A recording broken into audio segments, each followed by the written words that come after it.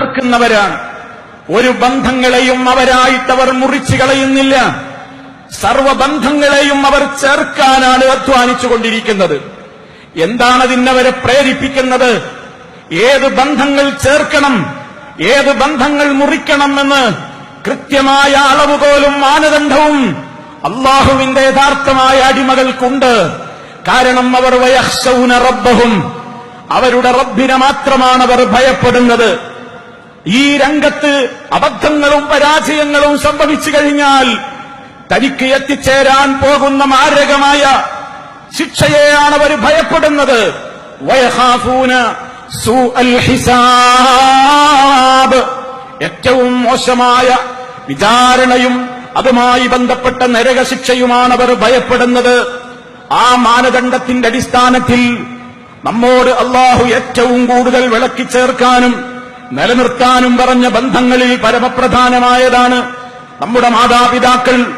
എപ്പോഴും നമ്മൾ കേൾക്കുന്ന വചനങ്ങളാണ് ഇമ്മാ യബ്ലുഗന്ന ഇൻദകൽ കിബറ അഹദുഹുമാ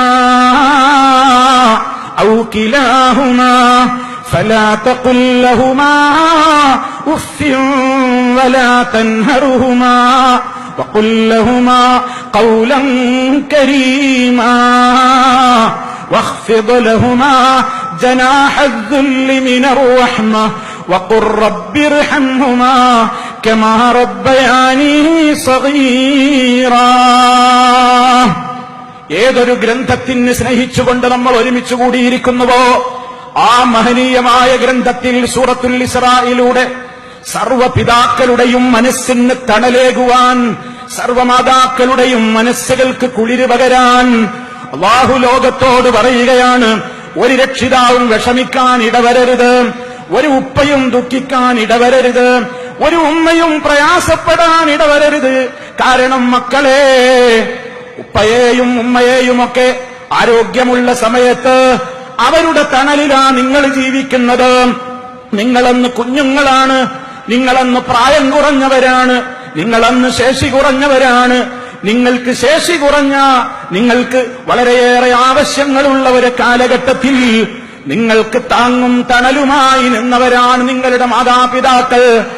ആ മാതാപിതാക്കൾ ഒരു കാലത്ത് നിങ്ങൾക്കുള്ള തണലായിരുന്നുവെങ്കിൽ മക്കളെ, അവരെ നിങ്ങൾക്ക് അവഗണിക്കാൻ തോന്നിപ്പോകുന്ന ഒരു കാലഘട്ടം വരാനുണ്ട്. ഉപയോഗം കഴിഞ്ഞു എന്ന് തോന്നുമ്പോഴാണ് പലതും മൂലയിലേക്ക് മാറ്റിവെക്കൽ. ഉപയോഗിച്ച് തീർന്നു എന്ന് തോന്നുമ്പോഴാണ് പലർക്കും അത് ഒഴിവാക്കാമെന്നൊരു തോന്നൽ വരാറുള്ളത്. അതുകൊണ്ട് റബ്ബ് പറയുകയാണ്, ഉപയോഗിച്ച് പഴകിപ്പോയി, ഇനി ഇതൊരൽപ്പമൊന്ന് മാറ്റിവെക്കേണ്ട ഘട്ടമായി എന്ന് തോന്നുന്ന ഒരു ഘട്ടമാണ് നമ്മുടെ മാതാപിതാക്കൾക്ക് ജരാനിരകൾ ബാധിച്ച് പ്രായാധിക്യത്തിൽ അവർ എത്തുന്ന ഘട്ടം. വിശുദ്ധ ഖുർആൻ കരുണ കാണിക്കാൻ തെരഞ്ഞെടുത്ത ആ പരമപ്രധാനമായ സമയം മറ്റ് സമയങ്ങളിൽ നമ്മൾ അറിയാതെ തന്നെ പറയാതെ തന്നെ ആരോഗ്യമുള്ള മാതാപിതാക്കളെ നമുക്ക് ആവശ്യമുള്ള കാലത്ത്, നമ്മൾ അവരുടെ തണലിൽ കഴിയുന്നൊരു കാലത്ത് അവരെ നിങ്ങൾ പ്രത്യേകം പരിഗണിക്കണേ എന്ന് പറയേണ്ടതില്ലാത്തത്ര മനുഷ്യപ്രകൃതി അതിന്റെ ആ ഒരു ബന്ധങ്ങളെ നിലനിർത്താൻ ശ്രമിക്കുമ്പോൾ അവരെ സംബന്ധിച്ചുള്ള ഉപയോഗങ്ങൾ തന്റെ ജീവിതത്തിൽ ഇനി അവസാനിച്ചു കഴിഞ്ഞു, താൻ എന്തിനും പോന്നവനാണെന്നൊരു തോന്നൽ വരുമ്പോ പ്രിയപ്പെട്ട മക്കളെ, ഉമ്മയുടെ മനസ്സ് വേദനിപ്പിച്ചു പോകരുത്, ഉപ്പയുടെ മനസ്സ് വേദനിപ്പിച്ചു പോകരുത്. അതാണ് വിശുദ്ധ ഗ്രന്ഥം ആഹ്വാനം ചെയ്യുന്നത്. ഇമ്മാ യബ്ലുഗന്ന ഇൻദകൽ കിബർ അഹദുഹുമാ ഔ കിലാഹുമാ. ആ മാതാപിതാക്കൾ രണ്ടിൽ ആരെങ്കിലും ഒരാളോ അല്ലെങ്കിൽ രണ്ടാളും തന്നെയുമോ നിന്റെ അടുക്കൽ അവരെ പ്രായാധിക്യത്തിലെത്തിക്കഴിഞ്ഞാൽ ഫലാ തഖുൽ ലഹുമാ ഉഫ്ഫിൻ, എന്ന് പോലും നിന്റെ ഉമ്മയോട് നിന്റെ ഉപ്പയോട് നീ പറയല്ല മോനെ. അതെ, നീ അവരോട് ഏറ്റവും മാന്യമായ വർത്തമാനമേ പറയാവൂ.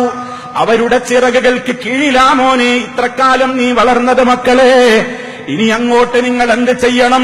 വഖ്ഫിദ് ലഹുമാ, അവർക്കിരുവർക്കും നിങ്ങൾ താഴ്ത്തിക്കൊടുക്കണം. ജനാഹദ്ദുല്ലി മിനർ റഹ്മതി, കാരുണ്യത്തിൽ പൊതിഞ്ഞ നിലക്കുള്ള വിനീത ഭാവത്തോടെ ആ ചിറക് നിങ്ങൾ അവർക്ക് വിരിച്ചുകൊടുത്ത് അവർക്കൊരു തണലേകണം. മക്കളെ, നിങ്ങൾ എന്ത് തന്നെ അവർക്ക് കൊടുത്താലും അതൊന്നും പകരമാവില്ല അവർക്ക് അവർ നിങ്ങളോട് ചെയ്തു തന്നിട്ടുള്ള കാരുണ്യത്തിന്. അതുകൊണ്ട് റബ്ബിനോട് പറയണം, പറയണം മക്കളെ, റബ്ബിർഹംഹുമാ കമാ റബ്ബയാനി സഗീറാ. നിരന്തരമായ പ്രാർത്ഥനകൾ, നിരന്തരമായി റബ്ബിനോട് കൈകൾ ഉയർത്തിക്കൊണ്ടുള്ള തേട്ടങ്ങൾ. ഇവിടെ നമ്മളൊരൊറ്റ വശമേ ഞാൻ നിങ്ങളോട് ഈ സമയത്ത് സൂചിപ്പിക്കുന്നുള്ളൂ. അവഗണനയുടെ ഘട്ടം വരുന്നത് പ്രായാധിക്യം വരുമ്പോഴാണ്. പ്രായമായ ഉമ്മക്കും ഉപ്പക്കും ഒരു തോന്നലാണ് പലപ്പോഴും വരാറുള്ളത്, എന്റെ മക്കളൊക്കെ വളർന്ന് വലുതായി, അവരുടേതായ ശേഷിയിലെത്തി, അവരുടേതായ താല്പര്യങ്ങളും കാര്യങ്ങളും സ്വന്തമായി നടത്താനുള്ള ഒരു ഘട്ടമായപ്പോൾ ഈ ഉപ്പ അവന് വേണ്ടാത്തവനായി, ഈ ഉമ്മ ഇപ്പോൾ അവന് കണ്ണെടുത്താൽ കാണാൻ പറ്റാത്തവനായി, ഒരു മുശാവറയും ഒരു കാര്യത്തിലും ഇല്ലാതെയായി. അതുകൊണ്ട് എന്റെ പ്രിയപ്പെട്ടവരെ, ഈ വിശുദ്ധമായ ഗ്രന്ഥം നിങ്ങൾ തണലിട്ട് കൊടുക്കണം എന്ന് പറയുന്ന ഒന്നാമത്തെ വിഭാഗം നമ്മുടെ മാതാപിതാക്കളാണ്. നമ്മൾ എത്ര ഉന്നതരാവട്ടെ, എത്ര ബുദ്ധിശക്തിയുള്ളവരാവട്ടെ, എത്ര വലിയ ഉന്നതങ്ങളിൽ വിരാജിക്കുന്നവരായിരുന്നാലും പ്രായമായ മാതാപിതാക്കൾ ഓർമ്മയുള്ളവരായി നമ്മുടെ ജീവിതത്തിലുണ്ടോ? ഏതൊരു കാര്യവും നീ അവരോടൊന്ന് മുശാവറ നടത്ത്. ഉപ്പാ എന്ന് സ്നേഹത്തോടെ വിളിക്ക്, ഉമ്മ എന്ന് സ്നേഹത്തോടെ വിളിക്ക്. ആ വിളിക്ക് കാത്തിരിക്കുകയാണ് നമ്മുടെ 10,000-ങ്ങളും ലക്ഷങ്ങളും അവർക്ക് വേണ്ട. ഉമ്മ എന്ന സ്നേഹത്തോടെ ഒരു വിളി, എന്റെ ഉപ്പ എന്ന സ്നേഹത്തോടെ ഒരു വിളി. ആ വിളിക്ക് കാത്തിരിക്കുന്ന 10,000-കണക്കിന് രക്ഷിതാക്കൾ ലോകത്ത് ജീവിച്ചിരിപ്പുണ്ട്. അവരുടെ മനസ്സുകൾ നോവിച്ചു പോകരുത്, അവരുടെ മനസ്സുകളെ കരയിപ്പിക്കരുത്, അവരുടെ മനസ്സുകളെ നൊമ്പരപ്പെടുത്തരുത്. എന്റെ പ്രായമായ ഉമ്മ, എന്റെ പ്രായമായ ഉപ്പ, അതെങ്ങനെയാണെങ്കിലും അതെന്റെ ഉപ്പയാണ്, ഉമ്മയാണ്. ഉമ്മ, ഉപ്പ, നിങ്ങളല്ലാത്ത ഒരാൾ എനിക്കില്ല. എന്റെ ഏത് കാര്യത്തിലും ഞാനേറെ പരിഗണിക്കുന്നത് എന്റെ ഉപ്പയെ തന്നെയാണ്, ഉമ്മയെ തന്നെയാണ്. അത് ഞാൻ ഏതൊരു വിഷയത്തിനിറങ്ങുമ്പോഴും എന്റെ കാര്യത്തിലെ ആദ്യത്തെ മുശാവറ അംഗം എന്റെ പ്രിയപ്പെട്ട മാതാപിതാക്കളായിരിക്കുമെന്നൊരു തീരുമാനമെടുത്ത് ഏത് കാര്യത്തിലും നമ്മുടെ മാതാപിതാക്കളോടുള്ള ബന്ധമങ്ങിനെ അവർക്ക് അവഗണന തോന്നിക്കപ്പെടുന്ന, അവരവഗണിക്കപ്പെടുന്നു എന്ന തോന്നൽ അവർക്ക് ധാരാളമായി വരുന്ന പ്രായമേറെ ചെല്ലുന്ന ഘട്ടങ്ങളിൽ ഏറെയേറെ നമ്മൾ അവരോട് കാരുണ്യത്തിന്റെ ചിറക് വിരിച്ച് താഴ്ത്തിക്കൊടുത്ത് തണലാകണേ, എങ്കിലേ നമുക്ക് രക്ഷയുള്ളൂ എന്നാണ് അല്ലാഹു സുബ്ഹാനഹു വ തആല ഓർമ്മപ്പെടുത്തുന്നത്. അതുപോലെ തന്നെയാണ് പ്രിയമുള്ളവരെ, ലോകത്ത് ഒരു മനുഷ്യൻ ഏറ്റവും കൂടുതൽ സന്തോഷത്തോടെ കടന്നു വരുന്നൊരു മേഖലയാണ് ദാമ്പത്യബന്ധം. അവിടെ ഭാര്യ എന്നും ഭർത്താവെന്നും മലയാളത്തിൽ മൊഴിമാറ്റം നടത്തപ്പെടുന്നു എങ്കിലും അസ്വാജ് അതല്ലെങ്കിൽ സൗജ് എന്ന് വിശുദ്ധ ഖുർആൻ പറഞ്ഞ ആ ഇണകളുടെ ജീവിതത്തിൽ ഒരാളുടെ ജീവിതം മറ്റൊരാൾക്ക് തണലാവണം, മറ്റേ ആളുടെ ജീവിതം ഇയാൾക്കും തണലാവണം. അതിനെന്ത് വേണം? വിശുദ്ധ ഖുർആൻ പറഞ്ഞിടത്ത് നമ്മൾ കൃത്യമായി ആലോചിക്കേണ്ടതുണ്ട്. ഇന്ന് എല്ലാ രംഗങ്ങളിലും പലപ്പോഴും എനിക്ക് കിട്ടേണ്ട അവകാശങ്ങളിൽ കമ്മി വന്നാൽ ഞാൻ വല്ലാതെ വെപ്രാളപ്പെടുന്നു, എനിക്ക് കിട്ടേണ്ടത് കിട്ടിയില്ലെന്ന് ഞാൻ പരാതിപ്പെടുന്നു, എന്നോടുള്ള കടമ നിർവഹിക്കപ്പെട്ടില്ല എന്ന് ഞാൻ വേവലാതിപ്പെടുന്നു. വാസ്തവത്തിൽ പ്രിയമുള്ളവരെ, ഓരോ മേഖലയിലും എല്ലാ വ്യക്തികളും ആലോചിക്കേണ്ടുന്ന പരമപ്രധാനമായ ഒരു കാര്യമുണ്ട്. അല്ലാഹു സുബ്ഹാനഹു വ തആല നമ്മോട് മറ്റുള്ളവർക്കുള്ള കടമകൾ മാത്രമല്ല പഠിപ്പിച്ചിട്ടുള്ളത്, നമുക്ക് മറ്റുള്ളവരോടുള്ള കടമകളും പഠിപ്പിച്ചിട്ടുണ്ടെന്ന് ഓർക്കണം. ഭാര്യയ്ക്ക് ഭർത്താവിനോട്, ഭർത്താവിന് ഭാര്യയോട് വലഹുന്ന മിസ്ലുല്ലദീ അലൈഹിന്ന ബിൽ മഅറൂഫ്. അതെ, ആ സ്ത്രീകൾക്ക് നിങ്ങളോട് അവർക്ക് എന്തൊക്കെ ചെയ്യേണ്ട കടമകളുണ്ടോ അതിലേറെ അതേപോലെ തന്നെയുള്ള അവകാശങ്ങൾ നിങ്ങളിൽ നിന്ന് അവർക്കും കിട്ടേണ്ടതുണ്ട്. വആശിറൂഹുന്ന ബിൽ മഅറൂഫ്. വളരെ നല്ല നിലക്കേ നിങ്ങൾ അവരോട് വർത്തിക്കാവൂ എന്ന് ഭർത്താക്കന്മാരോടും പറഞ്ഞു, ഭാര്യമാരോടും പറഞ്ഞു. എന്താണ് കാരണം?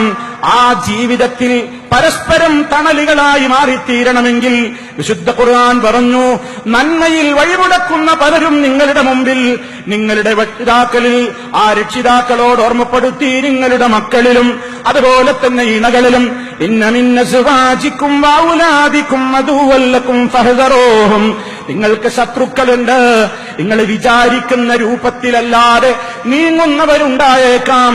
എന്നാലും നിങ്ങൾ ജീവിതത്തിൽ പല ഘട്ടങ്ങളിലും അവരെയും യഥാർത്ഥമായ നിങ്ങളുടെ ആ പ്രമാണബദ്ധമായ ജീവിതത്തിലേക്ക് മടക്കിക്കൊണ്ടുവരേണ്ടുന്ന ആവശ്യാർത്ഥം വഇൻ തഅഫൂ വതസ്ഫഹൂ വതഗ്ഫിറൂ ഫഇന്നല്ലാഹ ഗഫൂറുർ റഹീം. നിങ്ങൾ മാപ്പ് ചെയ്യണേ, നിങ്ങൾ വിട്ടുവീഴ്ച കാണിക്കണേ, നിങ്ങൾ പൊറുത്തു കൊടുക്കണേ. അത് നിങ്ങൾ ചെയ്യുകയാണെങ്കിൽ അള്ളാഹു നിങ്ങളോട് പൊറുക്കുന്നവനാണ്, കരുണയുള്ളവനാണെന്ന് പറയുന്നത്. ദാമ്പത്യ ജീവിത രംഗത്തും നമുക്ക് പരസ്പരം ഉണ്ടായിരിക്കേണ്ടുന്ന നമ്മുടെ കടമകളും നമ്മുടെ അവകാശങ്ങളും തെര്യപ്പെടുത്തുന്ന ഒരു കാര്യമാണ്. തണലാവാൻ ഏറ്റവും അനിവാര്യമായ കാര്യം സംശയരോഗമില്ലാതിരിക്കലാണ്. പരസ്പര വിശ്വാസമാണ് പ്രിയമുള്ളവരെ ദാമ്പത്യ ജീവിതത്തിന്റെ അടിത്തറ. വിശ്വാസം തകർന്നു കഴിഞ്ഞാൽ ആ വീട്ടിൽ പിന്നെ നരകമാണ്. പൂർണ്ണമായി വിശ്വസിച്ചു കഴിഞ്ഞാലോ സമാധാനമുള്ള ജീവിതമാണ്. അതുകൊണ്ട് ആ രംഗത്തും പരസ്പരം ഒരാശ്വാസമായി തീരാൻ, ലിതസ്കുനൂ ഇലൈഹാ, നിങ്ങൾ അവളിലേക്ക് ആശ്വാസം കണ്ടെത്താൻ, പരസ്പരം അങ്ങോട്ടും ഇങ്ങോട്ടും മറന്നും പൊറുത്തും കൊണ്ടും കൊടുത്തും ജീവിക്കാൻ. ഹുന്ന ലിബാസുൽ ലക്കും വഅൻതും ലിബാസുൽ ലഹുന്ന, അവർ നിങ്ങൾക്കും നിങ്ങൾ അവർക്കുമുള്ള വസ്ത്രങ്ങളാണ്. വിശദീകരിക്കേണ്ടുന്ന വചനങ്ങളാണ്, ഞാൻ അങ്ങോട്ട് പ്രവേശിക്കുന്നില്ല. അതുപോലെ തന്നെ പ്രിയമുള്ളവരെ, അല്ലാഹു നമ്മളോട് പറഞ്ഞു, രക്ഷിതാക്കളെ, യാ അയ്യുഹല്ലദീന ആമനൂ ഖൂ അൻഫുസകും വഅഹ്ലീകും നാറാ, നിങ്ങളുടെ സ്വദേഹങ്ങളെയും നിങ്ങളുടെ സന്താനങ്ങളെയും നിങ്ങളുടെ ഇണകളെയും അടങ്ങുന്ന നിങ്ങളുടെ കുടുംബത്തെയും നിങ്ങൾ നരകാഗ്നിയിൽ നിന്ന് രക്ഷിക്കണേ. വളരെ ഗൗരവത്തോടുകൂടെ അല്ലാഹു സുബ്ഹാനഹു വ തആല ഓർമ്മപ്പെടുത്തുന്നു. ഇവിടെ